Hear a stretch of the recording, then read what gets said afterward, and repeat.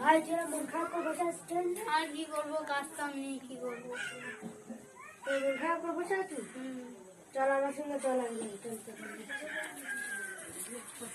আরে গ্রামা বস, আমি বসছি।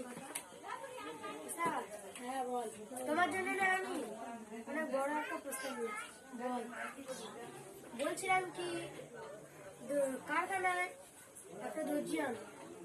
হ্যাঁ, তাহলে কালকের মধ্যে আনো। ঠিক আছে, আচ্ছা তাহলে এই প্রস্তাবটা রাখো। হ্যাঁ, আমি তাহলে বাড়ি যাচ্ছি। হ্যাঁ, তুমি বাড়ি যাবে কেন? একটা চা খাও। না না না না, আমি যাবো। এই বাড়িতে আমি খেয়েছি। ঠিক আছে, যাও। এখানে কালকে আসবো তাহলে। হ্যাঁ,